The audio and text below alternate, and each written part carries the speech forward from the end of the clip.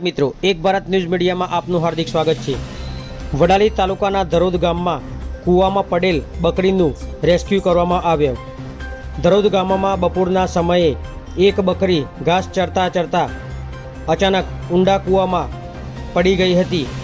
થોડીક જ વારમાં ગામ લોકોને જાણ થતાં કૂવા પાસે લોકોના ટોળેટોળા વળી ગયા હતા। બકરી કૂવામાં પડતા ગામ લોકો દ્વારા ઈડર નગરપાલિકાના ફાયર ફાઇટરને જાણ કરવામાં આવી।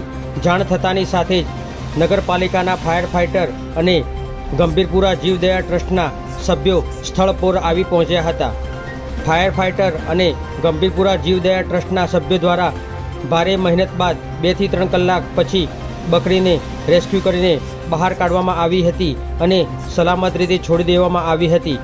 પત્રકાર વિશાલ ચૌહાણ, સાબરકાંઠા।